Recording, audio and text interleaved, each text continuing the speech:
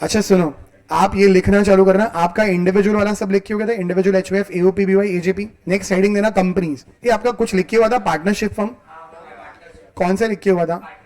Partnership firm LLP local authority, ये लिख के हुआ था। इसको तुमने नंबर 2 दे दिया था ना, तो नंबर 3 इसको दे दो, कंपनी, कंपनीज को।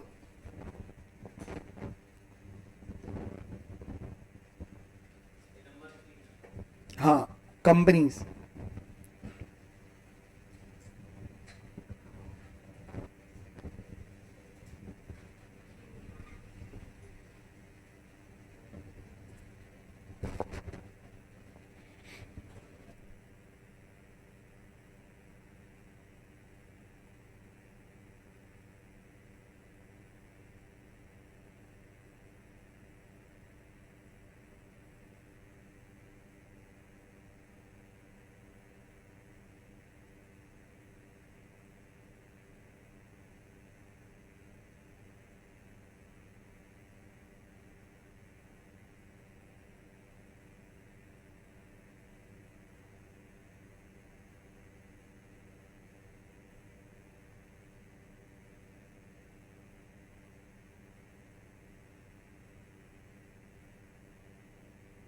वापस आ जाओ, ये लिखना जल्दी से। आपका लिख के हो गया ऑनलाइन में सबका ये। Companies, domestic company, foreign company, foreign company का रेट है 35%, टोटल टर्नओवर और gross receipt of the previous year 23-24 is less than equal to 400 crore.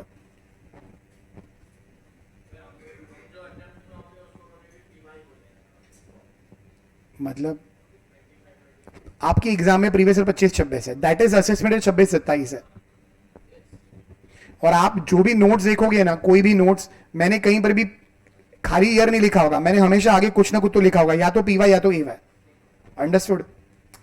आपका ये लिख के हो गया सबका ऑनलाइन में।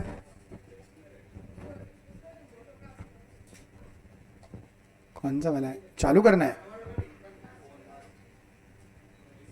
हुआ?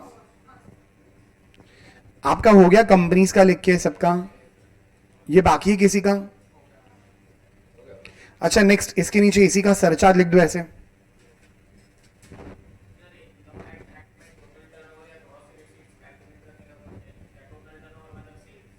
सेल्स,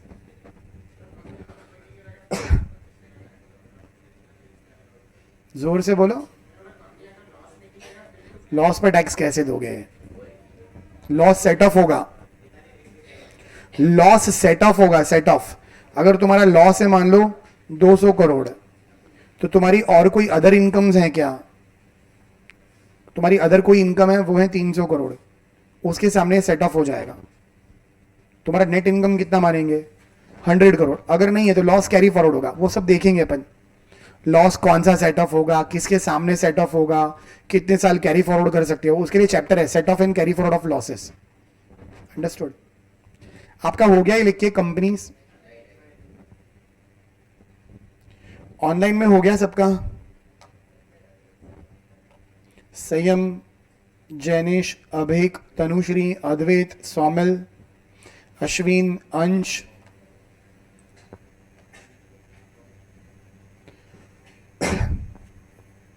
सौमिल वो जो आप बोल रहे हो ना 15%, 22%, वो मैंने आपको बोला ना, कंपनीज की केस में सेक्शंस है। 115 B A, 115 B A B, ठीक है। 115 बी ए सी किसके लिए है? इंडिविजुअल एच एफ, ये लो, ठीक है। फिर आता है बी ए डी, ये कॉपरेटिव सोसाइटी के लिए, बी ए डी, बी ए ई, ठीक है। ऐसी ढेर सारी सेक्शन है, तो वो हमारे सिलेबस में नहीं है। मॉड्यूल में अगर लिखा भी हो तो आप वन टाइम रीड करके उसको छोड़ दो, नॉट इंपॉर्टेंट। आपका हो गया ये लिख के भाई? अब तो हो गया। पहले किसका सरचार्ज लिखा है तुमने, फॉरेन का या डोमेस्टिक का? पहला फॉरेन फिर डोमेस्टिक, है ना। इंडिविजुअल हो गया, एचओएफ हो गया, एओपी बीवाई हो गया, एजेपी हो गया, पार्टनरशिप फॉर्म एलएलपी हो गया, लोकल अथॉरिटी हो गया, कंपनीज हो गया आपका ये। अब कौन बाकी रह गया? बस हमारा लास्ट कोऑपरेटिव सोसाइटी। और इसका वो स्टार्टिंग का वो नहीं, जीरो नहीं है, आई मीन 0% टैक्स नहीं है, टैक्स 10, 20, 30 है।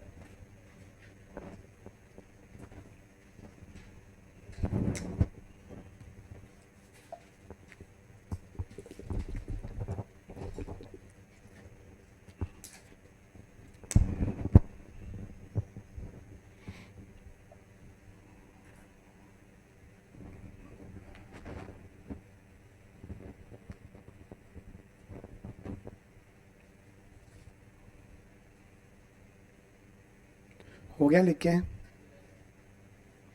टोटल इनकम इसमें 3 category, up to 10,000, more than 10,000 but up to 20 and more than 20, और रेट है 10, 20, 30।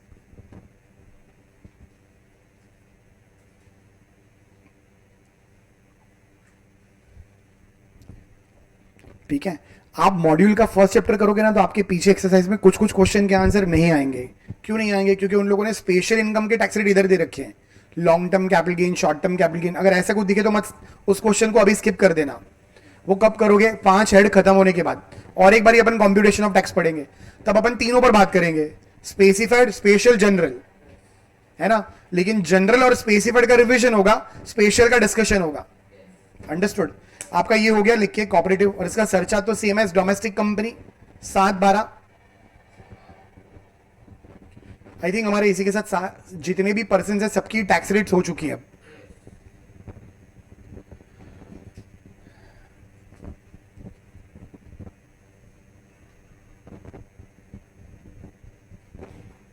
हो गया लिख के?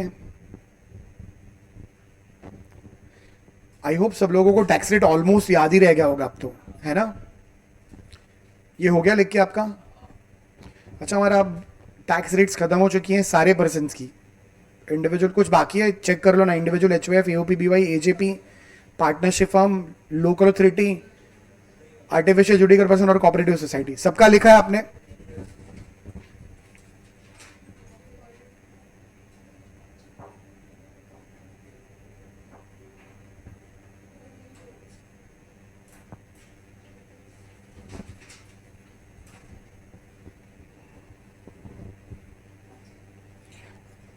आपको ये होमवर्क बोला था मैंने, ठीक है ना। 40, 41, 25,000 और 10 करोड़ 1 लाख, ये करोगे आप?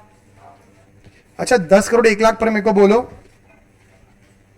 डोमेस्टिक कंपनी है, डोमेस्टिक, 10 करोड़ 1 लाख, बोलो टैक्स रेट क्या अप्लाई करूं?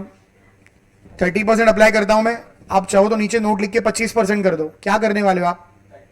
30%, ठीक है, 30% करते अपन। हाँ सेम, एक सेकंड रुकना, सेम 30% टैक्स रेट लगा देंगे अपन। फिर बोलो एड सरचार्ज आएगा कितना परसेंट? 2, 5, 7 या 12? क्यों 12 आएगा? और वो भी 10 करोड़ से ज्यादा है भाई, 10 करोड़ 1 लाख लिखा है ना। 12% सरचार्ज आएगा, टैक्स प्लस सरचार्ज करोगे, फिर मार्जिन चेक करूंगा मैं, एग्जैक्ट 10 करोड़ होगा तो कितना सरचार्ज है? 7%, 7। तो 10 करोड़ पर 7% वाला सरचार्ज लेकर करोगे, और ये 12% वाला टैक्स है, आप निकाल पाओगे मार्जिन लिव? ठीक है। अच्छा, तो आप ये होमवर्क करोगे, और सेम 2 क्वेश्चन करना फॉरेन कंपनी करोगे। फॉरेन कंपनी भी इधर नहीं कर रहे अपन, थोड़ा दिमाग लगा के कर सकते हो आप। करना है क्या अभी यहां पर? खाली फर्क क्या पड़ेगा, इनकम टैक्स 30% होगा, चलेगा आपको? भाई मैं भगा नहीं रहा हूं, आपको करना है तो कर दे, मेरे को कुछ नहीं है। अच्छा, नेक्स्ट लिख लो आप, क्वेश्चन नंबर 42 लिखो। 42, Y limited foreign company, income 25,000। Y limited foreign company, income 25,000। क्या Y limited foreign company, income 25,000 same tax आएगा? नहीं आएगा सेम टैक्स, उसका 35% है, जबकि डोमेस्टिक कंपनी का 25-30% है। ठीक है, सेम क्वेश्चन दोनों लिख दो, 42 और 43, 40 और 41 जैसा, खाली वाई लिमिटेड फॉरेन कंपनी होगा। वाई लिमिटेड फॉरेन कंपनी, भाई ऑनलाइन में आपको समझा, 25,000 और 10 करोड़ 1 लाख, ये 2 क्वेश्चन करो आप। चलो तीसरा क्वेश्चन भी कर दो, डोमेस्टिक और फॉरेन में 1 करोड़ 1 लाख, 1 करोड़ 1 लाख, सबका ही सरचार्ज कर लो ना। समझा आपको? है ना। जब आप 1 करोड़ 1 लाख करोगे ना, तो याद रखना 1 करोड़ पर सरचार्ज नहीं है। सुना किसी ने मैंने क्या बोला? तो आप 6 क्वेश्चन होमवर्क करने वाले हो, कंपनी के 6। मैं लिखकर बताऊं कौन से 6? 25,000, 1 करोड़ 1 लाख, 10 करोड़ 1 लाख डोमेस्टिक, और फॉरेन का भी सेम, 25,000, 1 करोड़ 1 लाख, 10 करोड़ 1 लाख। भाई इतना करोगे सब लोग? ठीक है, मैं लिख नहीं रहा हूं, चलेगा वो? तो आपके जो भी क्वेश्चन है आप कर लेना। मैं नहीं कह रहा कल का कल करके आओ, चाहिए तो 2-3 दिन लो, आपका जब हो लेकिन करके रखना। ठीक है। अच्छा, हमारा और तो कोई टैक्स रेट बाकी नहीं है।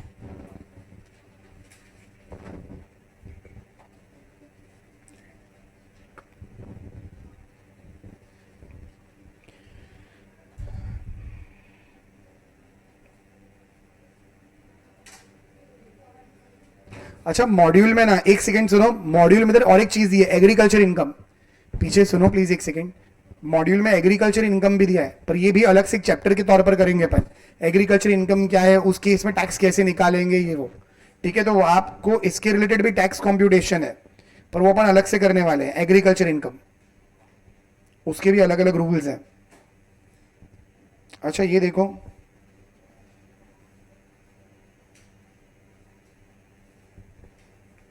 ये क्वेश्चन पढ़ना सब लोग, अगर जिसको ट्राई करना है कैलसी पर कर लो।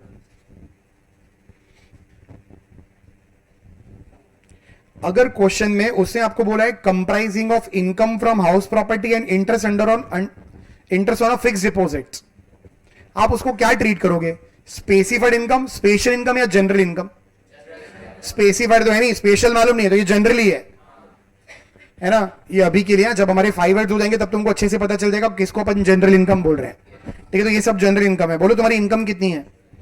25 लाख। कौन हो आप? इंडिविजुअल हो मिस्टर एक्स। और क्या बोल रहा है? Compute is tax liability under 115 BAC. कर सकते हो? क्या करोगे? 25 लाख पर 4 लाख वाला स्लैब अप्लाई करो, 24 लाख के ऊपर 1 लाख होगा, 1 लाख पर 30% प्लस 4% एचईसी, सरचार्ज भी नहीं आएगा, एचईसी भी नहीं आएगा, सॉरी सरचार्ज भी नहीं आएगा, रिबेट भी नहीं आएगा। कर सकते हो? 343 200 आता है। ठीक है चलो, उसके बाद ये देखो, ये सब स्पेशल टैक्स रेट दिए इधर। क्वेश्चन नंबर 4 पढ़ना जरा, क्या क्वेश्चन है, क्या बोला है उसने?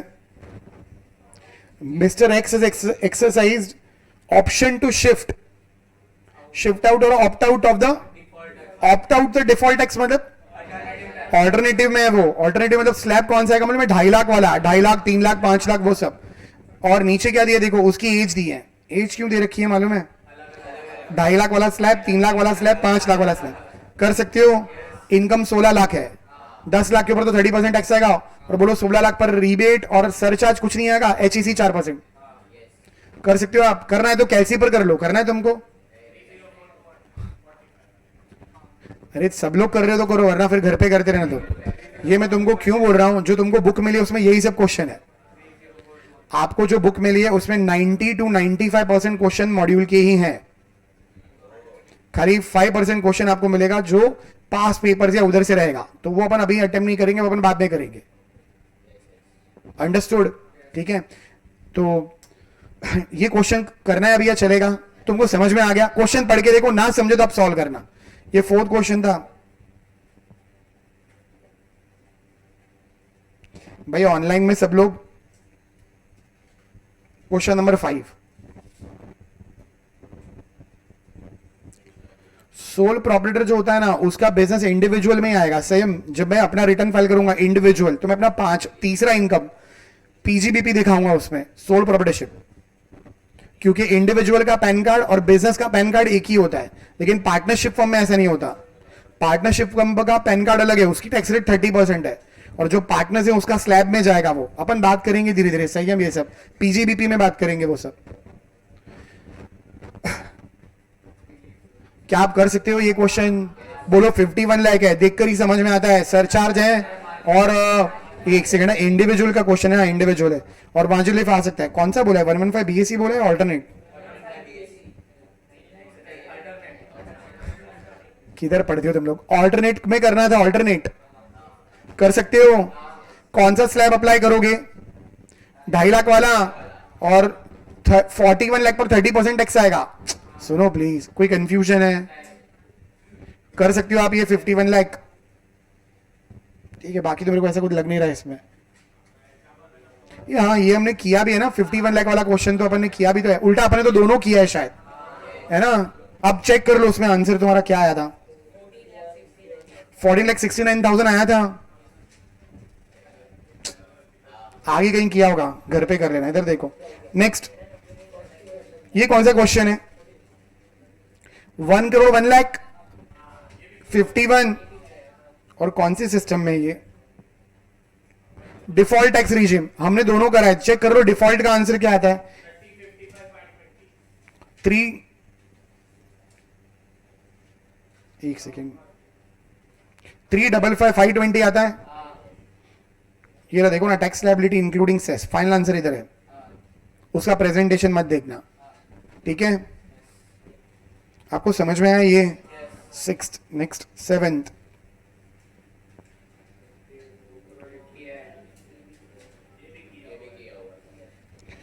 शिफ्ट आउट ऑफ 115 बीएसी, मतलब ऑल्टरनेटिव टैक्स रिजीम करना है और 2 करोड़ 1 लाख करा है अपन ने, शायद दोनों करें इसमें भी, है ना भाई? पीछे लास्ट बेंचेस सब लोग सुन रहे हो क्या बात चल रही है, ठीक है? ऑनलाइन में क्वेश्चन नंबर 8,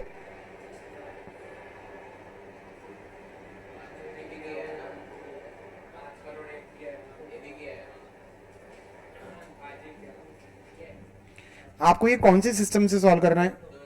दोनों करने बोल रहे हैं, दोनों 5 करोड़ 1 लाख, ये दोनों अपन ने करे थे शायद, दोनों करा था हमने या ऑल्टरनेट ही करा था शायद?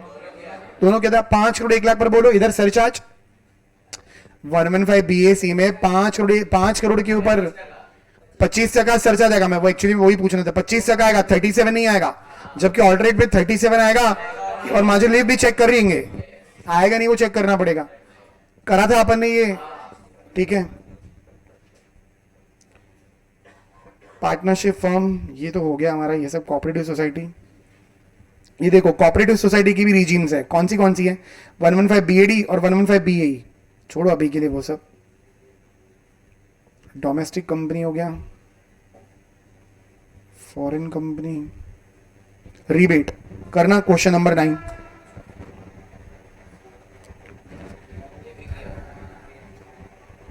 यस सौमिल,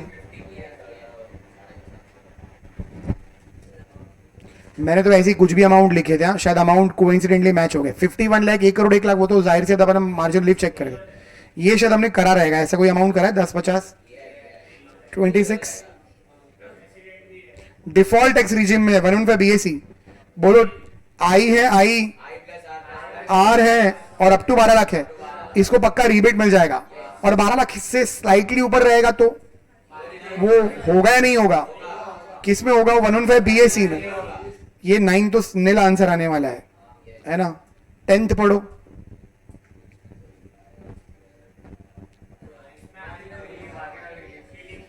बारह लाख 15,000 हमने करा रहेगा, 12-15 वाला है ना, शायद 12-5, 12-10, 12-15 करा था, ठीक है? इसमें मार्जिन लीफ आएगी या नहीं आएगी? आएगा मार्जिन लीफ, कर सकते हो ये भी। क्या आंसर आता था अपना? 15,600 आता है क्या? ठीक है, कितना क्वेश्चन था ये? 10th। 11 देखो,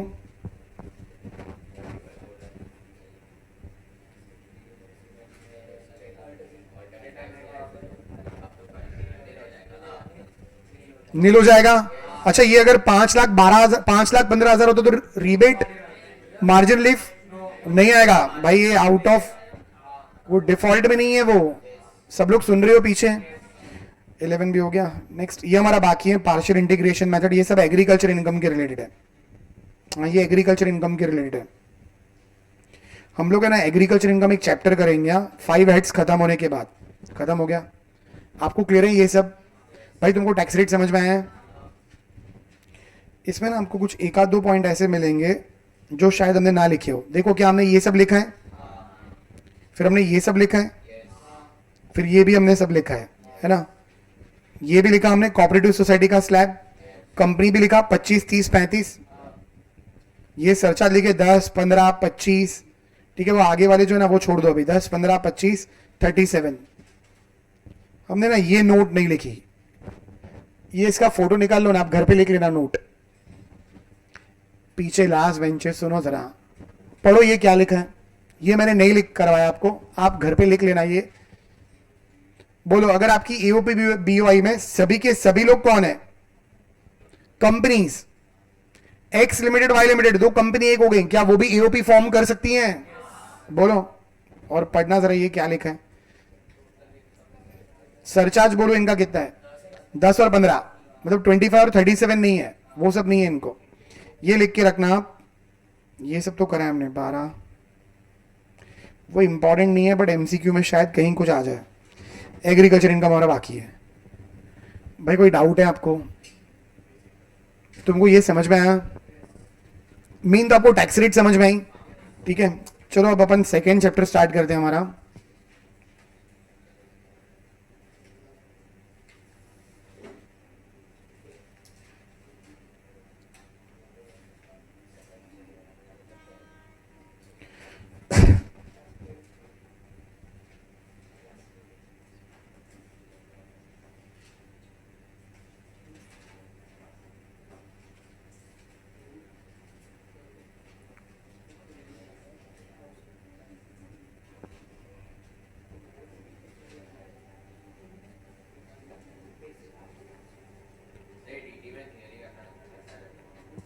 क्या नहीं, हार्डली कभी क्वेश्चन दिखा अगर तो, अदरवाइज नहीं आता, जनरली नहीं होता।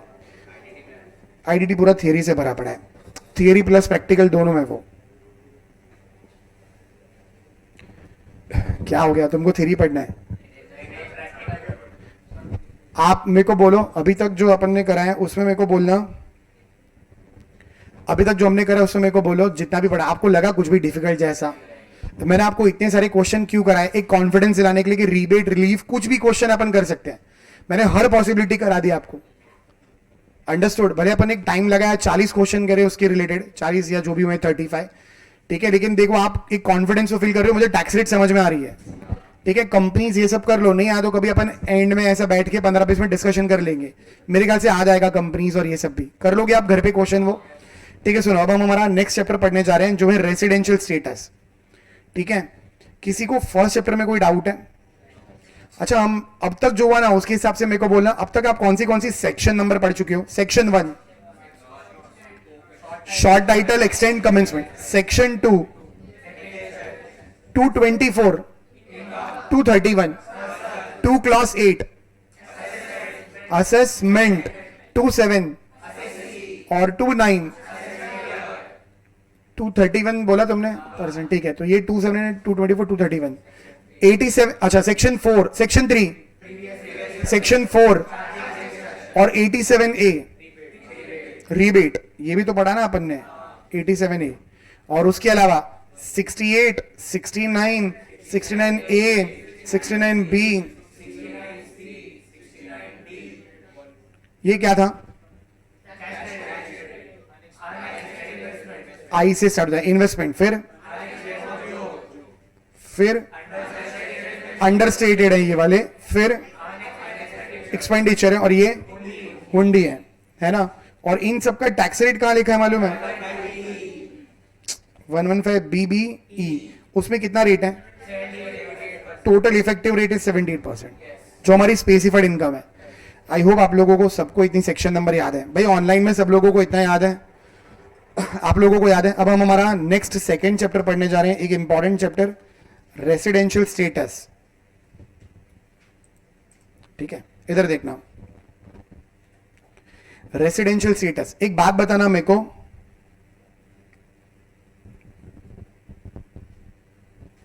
सुनो, मान लो स्टार्ट करें हम, प्लीज इधर देखना प्लीज। मान लो इंडिया में क्रिकेट मैच है, ठीक है, इंडिया में, और मैच है इंडिया वर्सेस ऑस्ट्रेलिया, और मान लो इंडिया जो है वो जीत जाता है, ठीक है, इंडिया वॉन द मैच। और मैन ऑफ द मैच जो था ना, मैच किधर है? इंडिया में। और कौन जीत गया? और मान लो विराट कोहली जो है, ठीक है, उनको उसको मैन ऑफ द मैच मिला, ठीक है। क्या उसको इंडिया में टैक्स पे करना है, ऑस्ट्रेलिया में? मैं पूछ रहा हूं, मुझे नहीं पता है, ठीक है। सेकेंड क्वेश्चन, मैच इंडिया में ही है, ठीक है, किसका मैच है? India versus, but this time Australia wins the match, और मैन ऑफ द मैच जो था वो ऑस्ट्रेलिया का कोई प्लेयर बना। नाम बोलो किसी का, स्टीव, जो भी ये नाम बोल रहा है वो, ठीक है, बोलो मिस्टर स्टीव जो है वो मैन ऑफ द मैच है, ठीक है। उसको मान लो कैश प्राइज या कार या जो भी मिला। प्लीज, मुझे क्रिकेट का कोई आइडिया नहीं है, मुझे खाली वो एड्स में कुछ आते रहते हैं क्रिकेटर्स, इसलिए नाम पता है, विराट कोहली, धोनी, ऐसे कुछ, ठीक है। इधर देखो, मुझे नहीं पता, कोई आइडिया नहीं, जीरो नॉलेज। तो मेरे को बोलो स्टीव जो भी है, मेरे को बोलो स्टीव जो है वो मैन ऑफ द मैच बना, उसको इंडिया में टैक्स देना है नहीं? मैं पूछ रहा हूं, ऑस्ट्रेलिया में, ठीक है। नेक्स्ट क्वेश्चन, मेरे को बोलना मैच ऑस्ट्रेलिया में है, same India versus Australia, and India wins a match और मैन ऑफ द मैच बना विराट कोहली। मैच किधर है इस बारी? बोलो, इसको विराट कोहली को इंडिया में टैक्स देना या नहीं? ऑस्ट्रेलिया में। आपको क्वेश्चन समझ में, मैंने किसी का भी आंसर नहीं दिया है। और लास्ट क्वेश्चन बोलो, ऑस्ट्रेलिया में मैच है, सेम इंडिया वर्सेस ऑस्ट्रेलिया, लेकिन ऑस्ट्रेलिया मैच जीत गया एंड स्टीव जो है वो मैन ऑफ द मैच है। क्या स्टीव को इंडिया में टैक्स देना है ऑस्ट्रेलिया में? आपको क्वेश्चन समझ में आ रहा है? मान लो कोई मूवी है जो रिलीज हुई रिसेंटली, ठीक है, किसी मूवी का नाम बोलो।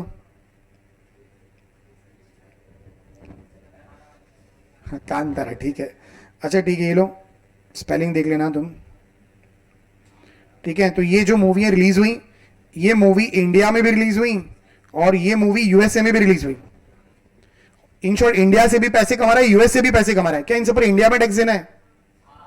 आपको क्वेश्चन समझ में आ रहा है क्या क्वेश्चन पूछ रहा हूं मैं? प्रियंका चोपड़ा हमेशा के लिए इंडिया छोड़ के चली गई है ना, वो हॉलीवुड में काम कर रही है, वहां पर मान लो ना कर रही है, तुमको क्या करना है? मेरे को बोलो हॉलीवुड में काम कर रही है, वहां से पैसे कमा रही है, या वहां की टीवी सीरीज है जहां पर भी काम कर रही है, मेरे को बोलो वहां से पैसे कमा रही है। क्या प्रियंका चोपड़ा को इंडिया में टैक्स देना है? वहां यूएस में। आपको क्वेश्चन समझ में आ रहे हैं? ये सब ख्याल तुमको भी कभी जिंदगी में आते होंगे, इधर टैक्स देगा या नहीं, उसको टैक्स देगा या नहीं, है ना। ये सब क्वेश्चन का आंसर डिपेंड करता है 2 चैप्टर के ऊपर। ये सब क्वेश्चंस का आंसर जो है वो डिपेंड करेगा 2 चैप्टर के ऊपर। चैप्टर का नाम है residential status plus scope of income. Module में ये पूरा एक ही चैप्टर है, लेकिन हम लोग इसको 2 चैप्टर में बांट देते हैं। बोलो इन दोनों के ऊपर क्या आंसर डिपेंडेंट है? Whether in income is taxable in India और नॉट। अंडरस्टूड? बोलो किसके ऊपर इनकम का टैक्सेबिलिटी डिपेंडेंट है? Residential status and scope of income. आपको कब अच्छे से समझेगा कि किसको कब टैक्स देना है? ये दोनों होने के बाद। ये दोनों चैप्टर खत्म हो जाएगा ना, फिर अपन एक बारी और रिवीजन करेंगे इन दोनों चैप्टर का, तब अपन ये सब क्वेश्चन का आंसर पर डिस्कशन करेंगे। तब तक आप इन सबको होल्ड पर रखो कि क्या आंसर आना चाहिए। आपको समझ में आया? तो अपन पहले क्या पढ़ने जा रहे हैं? Residential status. आप ऑलरेडी क्या पढ़ चुके हो? लीगल स्टेटस, है ना। बोलो तुम्हारा लीगल स्टेटस क्या है? इंडिविजुअल हो आप, इंडिविजुअल, एचयूएफ, ये सबको क्या बोलेंगे अपन? Legal status. अब हम क्या पढ़ने वाले हैं? Residential status. तो देखना, what to decide, what to decide. बोलो क्या पढ़ना है इस चैप्टर में? अच्छा मैं हर चैप्टर में ट्राई करूंगा, मेरे को टाइम नहीं मिल रहा है, वरना मैं अपन क्लास में लिख लेंगे। मैं ना कुछ 4-5 क्वेश्चन ड्राफ्ट करके लेके आऊंगा जो अच्छी पॉसिबिलिटीज क्रिएट करते होंगे, क्योंकि मॉड्यूल में आपने टैक्स रेट से तुम खुश हो जब जितना अपन ने करा?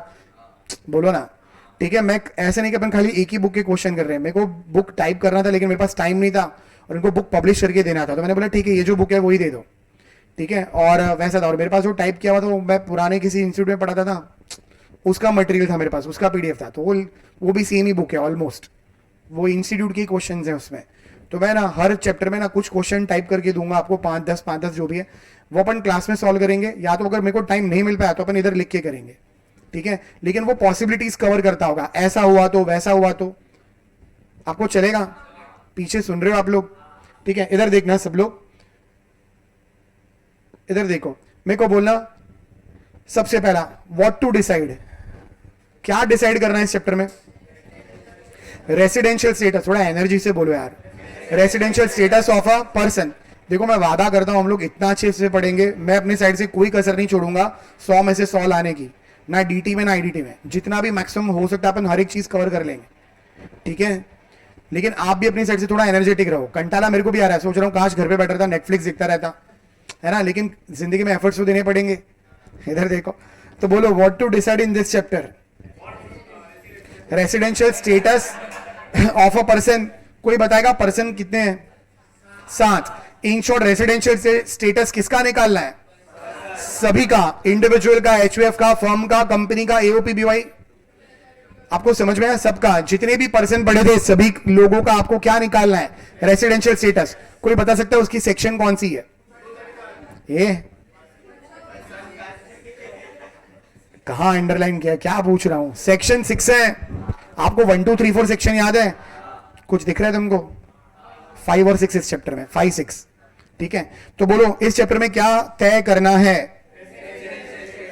ठीक है, किसका? इंडिविजुअल का है? सबका, सभी लोगों का, ठीक है। Next, why to decide this chapter, मतलब क्यों डिसाइड क्यों करना है residential status, why to decide residential status, दो रीजन है, दूसरा आपको पता है टैक्स रेट में कुछ काम का था क्या, रेसिडेंट नॉन रेसिडेंट, रिबेट मिलेगी या नहीं, कहीं कहीं कुछ कुछ जगह यूज हो रहा था, मैं ये नहीं कह रहा पूरा टैक्स रेट, बट कहीं कभार कुछ जगह पर यूज हो रहा था, है ना, ठीक है।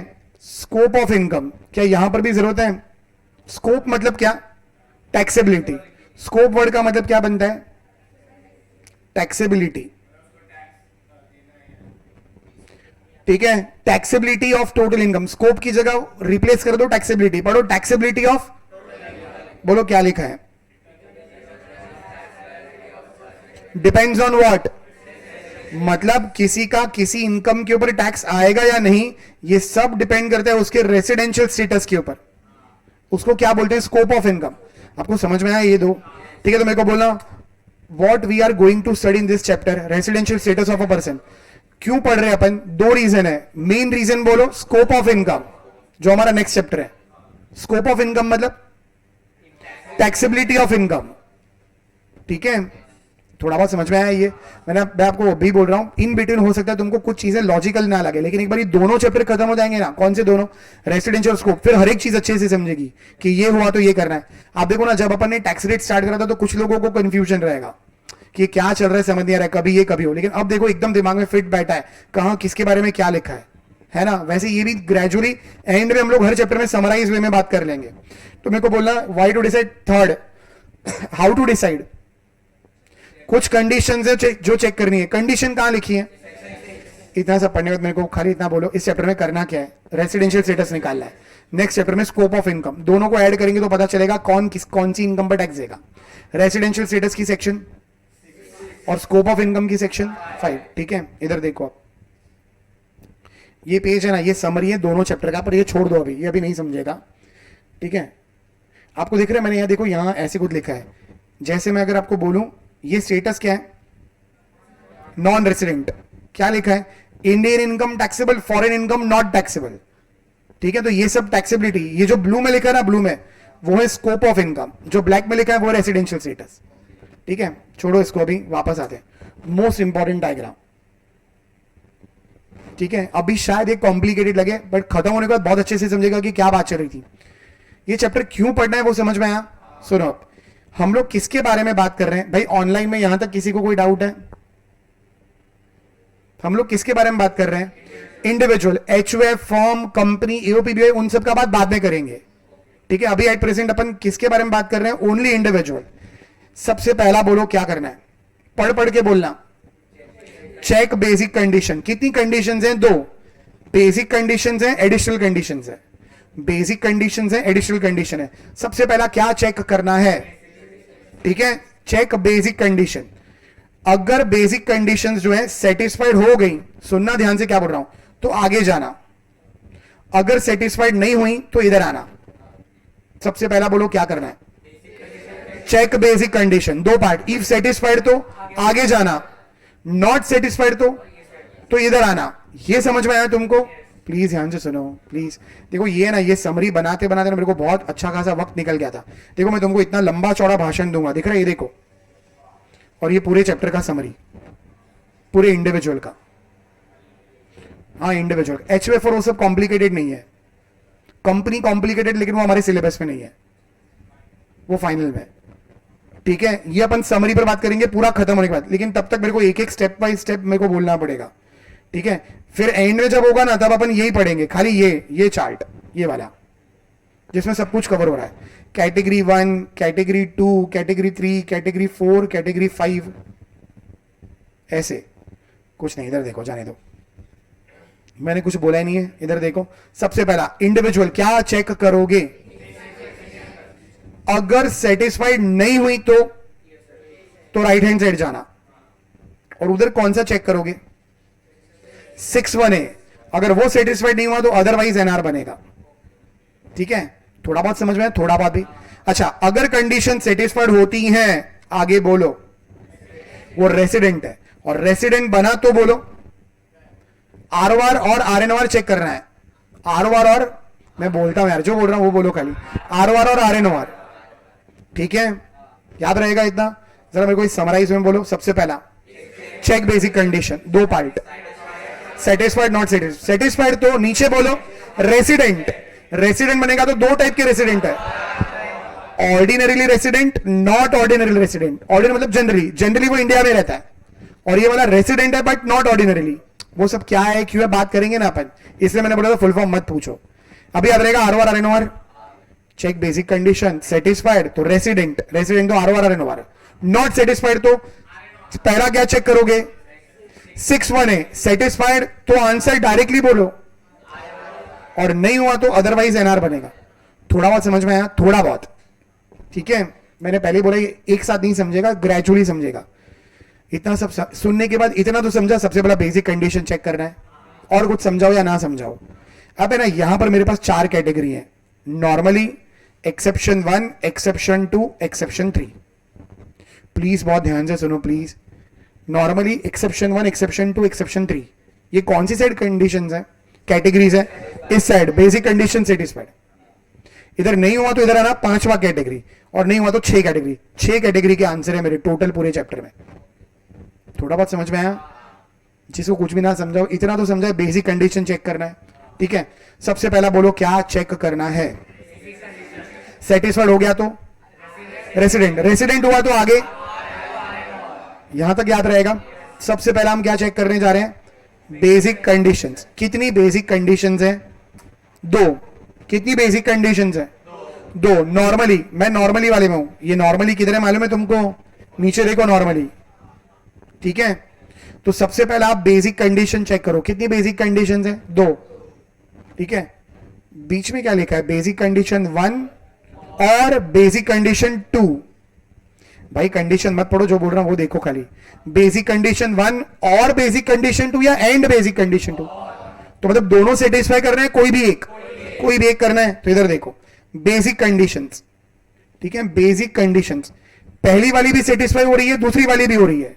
बेसिक कंडीशन सेटिस्फाइड और नॉट सेटिस्फाइड, आंसर बोलो रेसिडेंट। समझाइए। दूसरा पॉसिबिलिटी, बेसिक कंडीशन पहली वाली हो रही है, दूसरी वाली सेटिस्फाई नहीं हो रही है।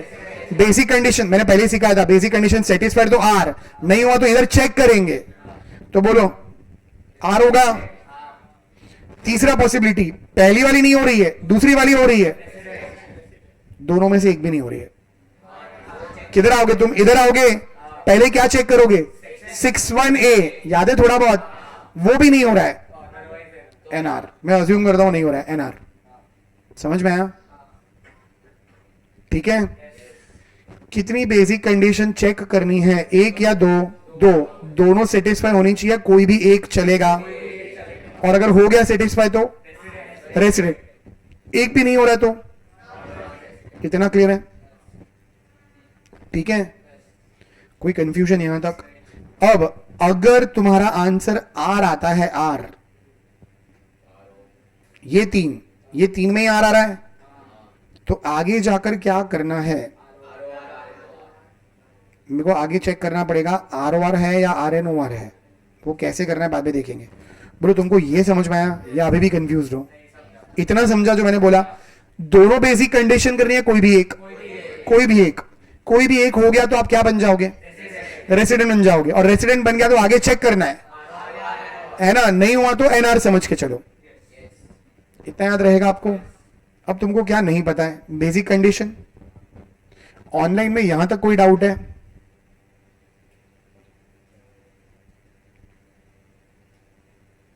ठीक है, अच्छा इधर देखो, कंडीशन देखते हैं। कितनी बेसिक कंडीशन है? दो। पहली बोलो,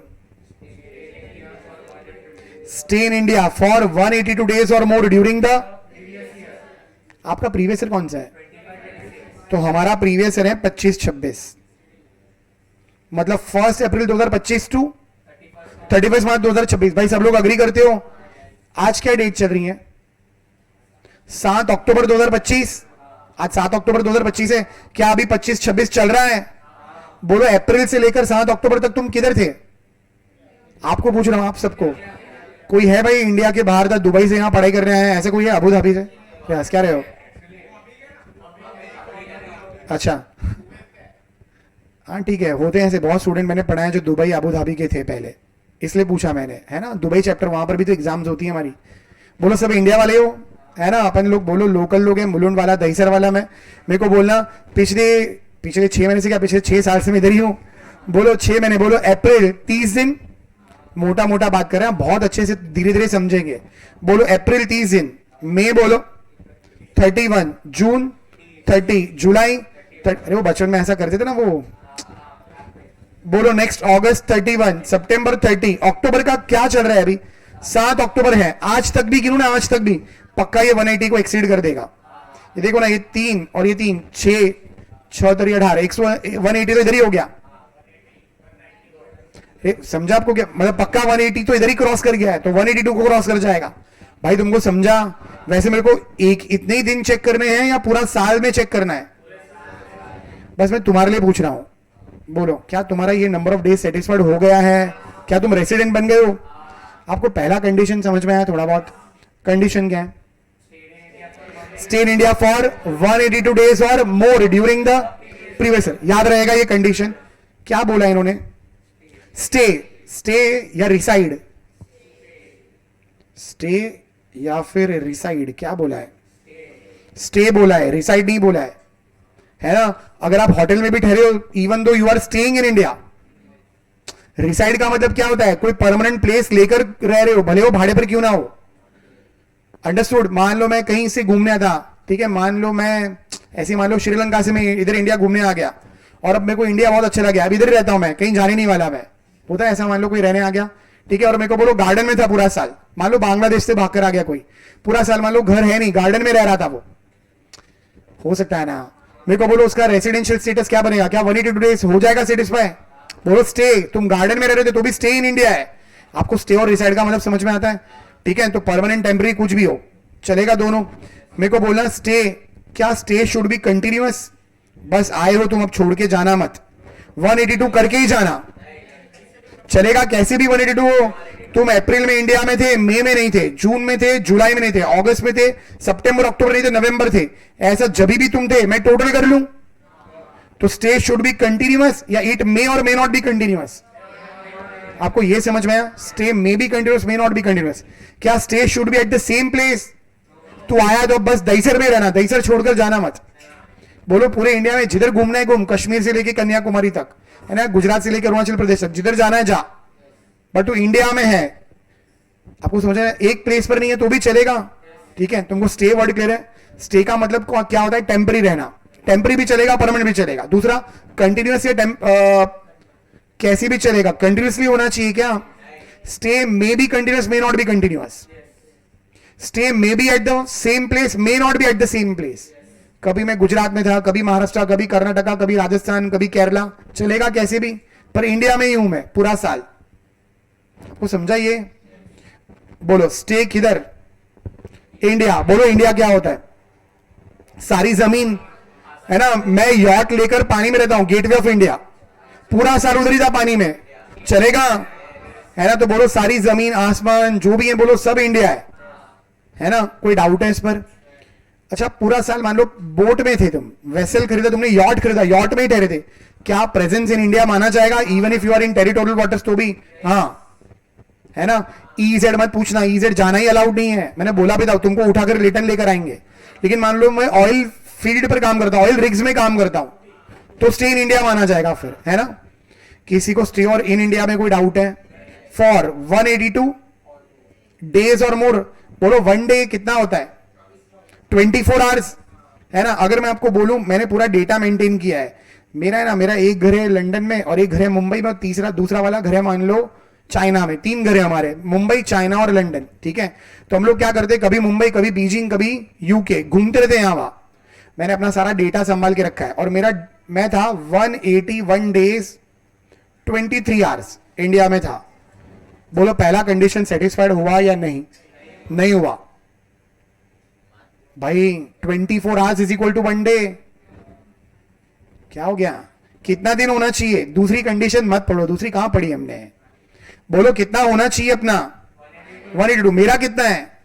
181 प्लस 20, कोई राउंड ऑफ नहीं करना है, प्लस बोलो 23 आवर्स।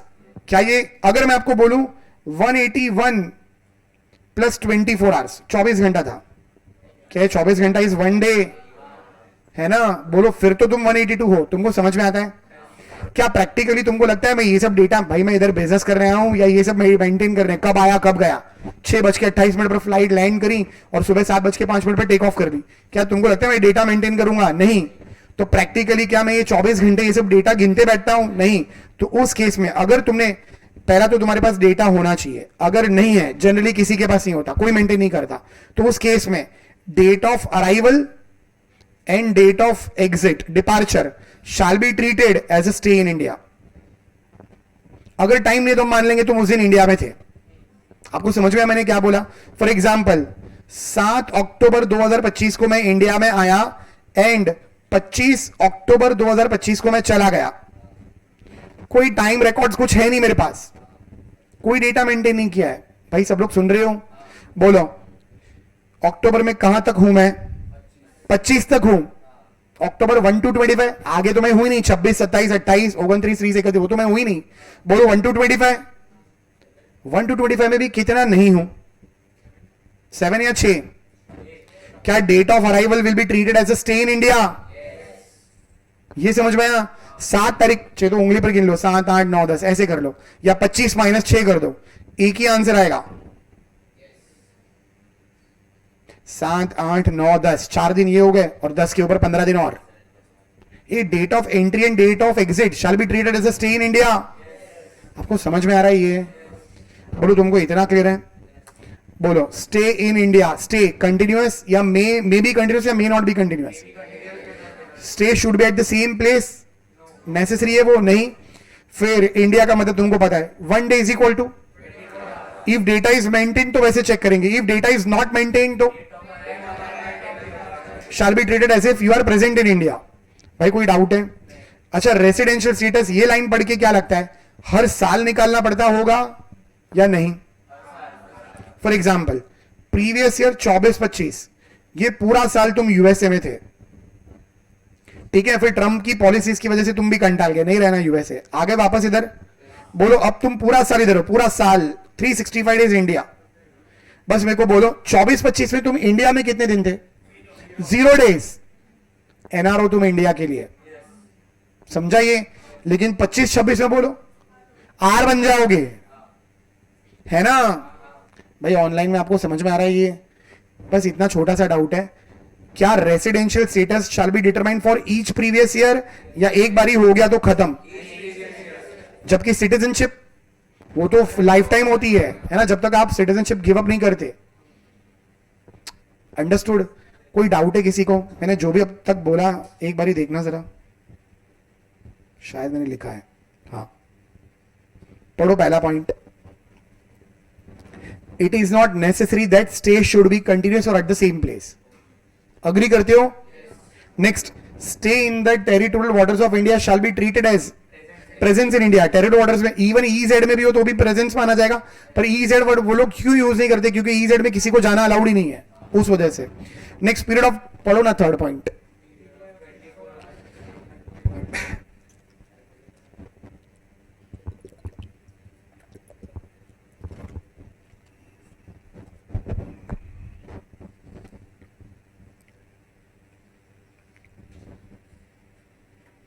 ठीक है?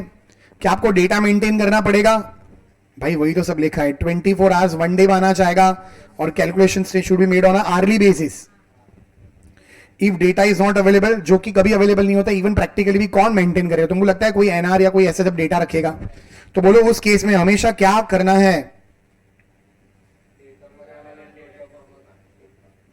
Date of arrival and date of departure shall be treated as, बोलो स्टे इन इंडिया। कोई डाउट है किसी को इसमें? Next, residential status shall be determined for each previous year. ये समझ में आया? क्या हर साल निकालना पड़ेगा? और लास्ट पढ़ना,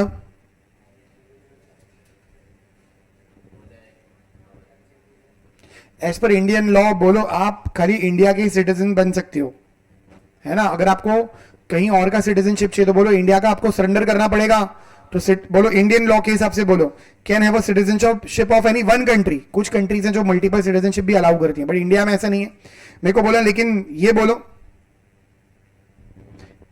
individual can be resident in more than, ऐसा भी हो सकता है क्या? मान लो इंडिया का लॉ कहता है 182, मान लो इंडिया का लॉ कहता है 182 और मान लो यूके का लॉ कहता है 180, उनका 183 है, बट मान लो 180 कहता है, तुम 182 डेज, एग्जैक्ट 182 डेज इंडिया थे और एग्जैक्ट 180 डेज यूके थे,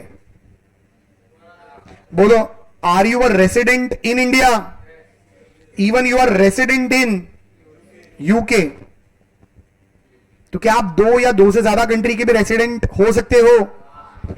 वो कंट्री के लॉ पर डिपेंड करेगा कि वो किसको रेसिडेंट। मान लो चाइना कहता है तुम 50 दिन भी चाइना आए थे, खत्म, हम तुमको अपना रेसिडेंट मानते, तो तुम रेसिडेंट बन जाओगे। आपको समझ में आ रहा है ये? भाई किसी को इन सब पॉइंट्स में कोई डाउट है? वापस आ रहे हैं अपन कंडीशन पर। बोलो पहला कंडीशन, स्टे कौन सी बेसिक कंडीशन फुलफिल करनी है, फर्स्ट या सेकंड या दोनों? एनी कंडीशन, कोई भी चलेगा। अच्छा दोनों ही नहीं हुआ तो एनआर बन जाओगे, फिलहाल एनआर बोल दो, ठीक है। पहला कंडीशन बोलो, stay in India for 182 days और मोर ड्यूरिंग द, बोलो प्रीवियस ईयर में कितना दिन तुम होने चाहिए इंडिया में। अपना प्रीवियस ईयर कौन सा है? तो 25-26 के लिए चेक करो। अगर मेरा प्रीवियस ईयर 24-25 होता तो 24-25 में चेक करता। आपको यह समझ में आया पहला? किसी को भी फर्स्ट कंडीशन में कोई डाउट है? नेक्स्ट सेकंड पढ़ना, stay in India for 60 days और मोर ड्यूरिंग द, हर एक वर्ड का मीनिंग तुमको मालूम है। Stay may be continuous, may not be continuous, stay may B at the same place, at the different place, कुछ भी चलेगा। इंडिया का मीनिंग मालूम है, 1 डे इज इक्वल टू मालूम है, day of entry exit shall be treated as a presence in India, previous year तुमको मालूम है ना। पहला कंडीशन क्या कहता है? आपका प्रीवियस ईयर बोलो कौन सा है? हम 25-26 के लिए तय कर रहे हैं, बोलो 25-26 में कितना होना चाहिए? 182 और मोर। दूसरी कंडीशन बोलो,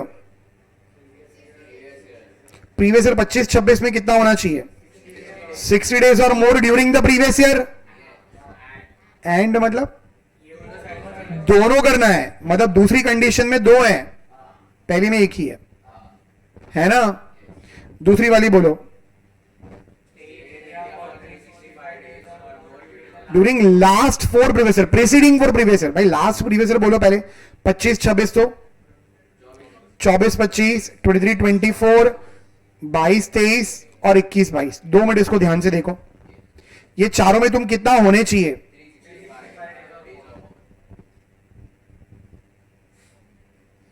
आपको ईयर समझ में आ रहा है? कैसे कैलकुलेट करना है, क्या करना है, वो सब अपन देखेंगे ना। ये समझ में आया? ठीक है, शॉर्ट में बोलो करना क्या है।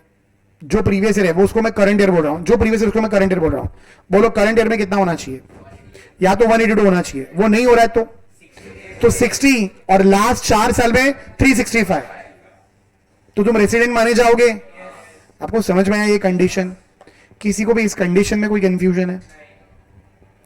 अच्छा आगे ना हम लोग कल करते हैं, क्योंकि वो होगा नहीं, कंटिन्यूटी होगा तो मजा आएगा। मेरे को कुछ एग्जाम्पल भी देने हैं, तो अपन कल ही करते हैं। आप एक काम करो, लिख लो। आप क्या करोगे? बाद में लिखोगे घर पे? हाँ लिख लो ना।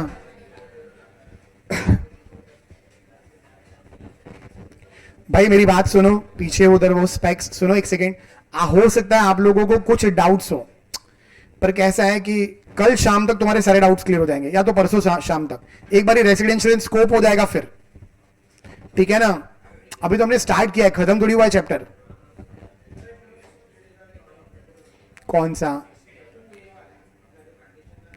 करंट ईयर में कितना होना चाहिए? नहीं हुआ तो सेकंड कंडीशन चेक करोगे ना। और सेकंड क्या कहती है? 60 और मोर होना चाहिए। ये देखो करंट प्रीवियस ईयर, ये देखो मेरे को बोलो हमारा प्रीवियस ईयर कौन सा है? 25-26 प्रीवियस ईयर है, कितना होना चाहिए? नहीं हुआ तो सेकंड चेक करूंगा। अब बोलो 25-26 में कितना होना चाहिए? 60 और मोर प्लस साथ और क्या चेक करूं? 4 साल, 24-25, 23-24 और 21-22। हाँ ये चारों का 365 और मोर, इसका 60 और मोर, इतना सब हो गया तो उसको रेसिडेंट मानेंगे। भाई सब लोगों को क्लियर है ये? उधर वो स्पेक्स कहां से लिखोगे? ये लिखो, ये what to decide, why to decide. कोई कंफ्यूजन है आप लोगों को? बोलो, मैं बोलता हूं। हमारा ये चैप्टर अभी तक स्टार्ट ही हुआ है, तो मैंने मतलब खत्म होगा तो आपको अच्छा खासा आइडिया आएगा। मैं आगे कंटिन्यू करने वाला था, लेकिन फिर कैसा हुआ, आधा अधूरा होगा तो मजा नहीं आएगा। कल ही बात करते हैं अपन डिटेल में।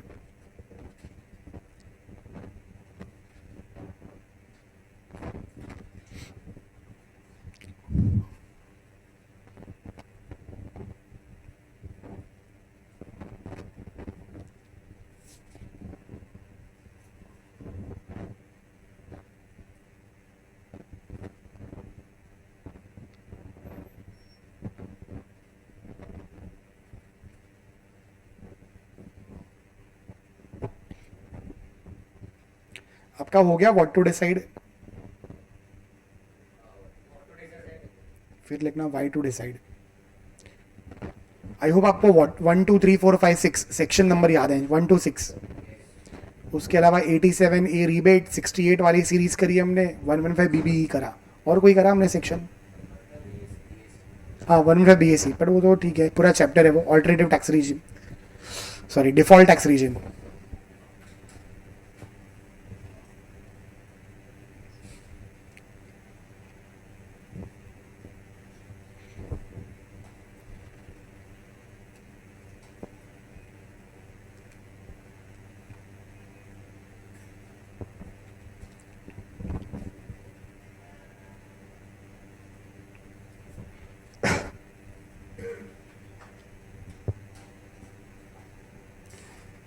जैनिश, संयम, अभीक, तनुश्री, अद्वैत, सौमिल, अश्विन, कोई डाउट है किसी को? आपका हो गया सबका ये? तुमने ये लिखा, ये मत लिखो आप, ये लिखो ना, ये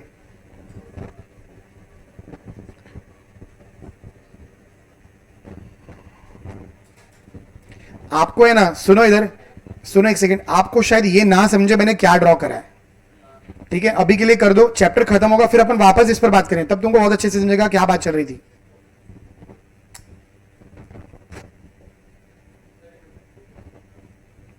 बाजू में देख लो यार, अभी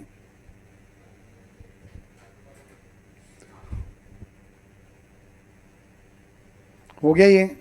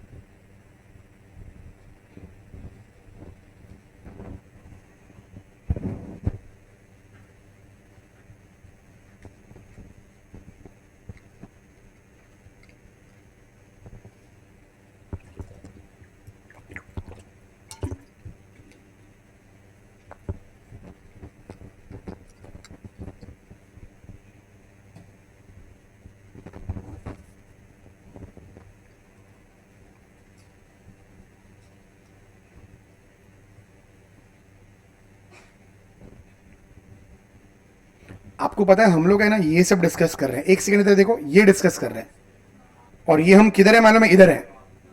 फिर हम वापस ये सब डिस्कशन करेंगे एक्सेप्शन 1 के लिए, ये सब डिस्कशन करेंगे एक्सेप्शन 2 के लिए, ये सब डिस्कशन करेंगे एक्सेप्शन 3 के लिए। थोड़ा बहुत समझा मैंने क्या बोला?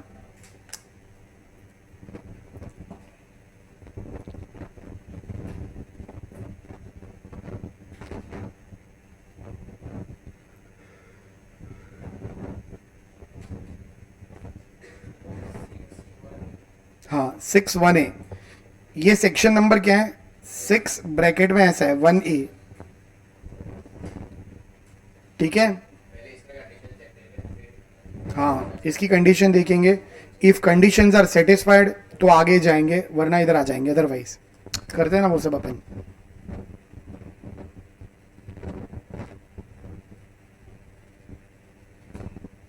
हो गया आपका लिख के?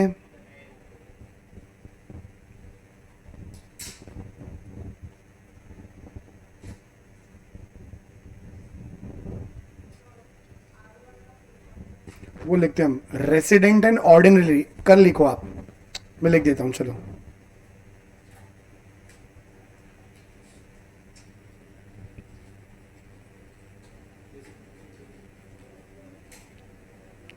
Resident and ordinarily resident, ROR। और RNOR का बोलो, resident but not ordinarily resident. ठीक है,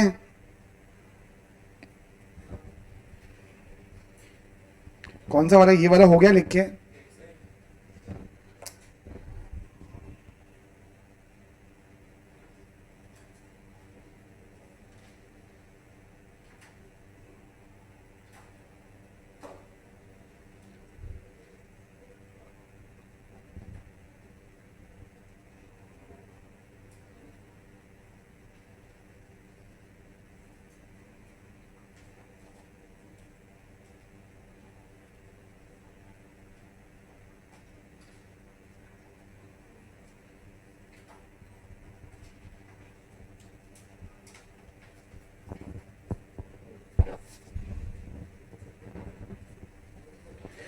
आपका हो गया ये लिख के?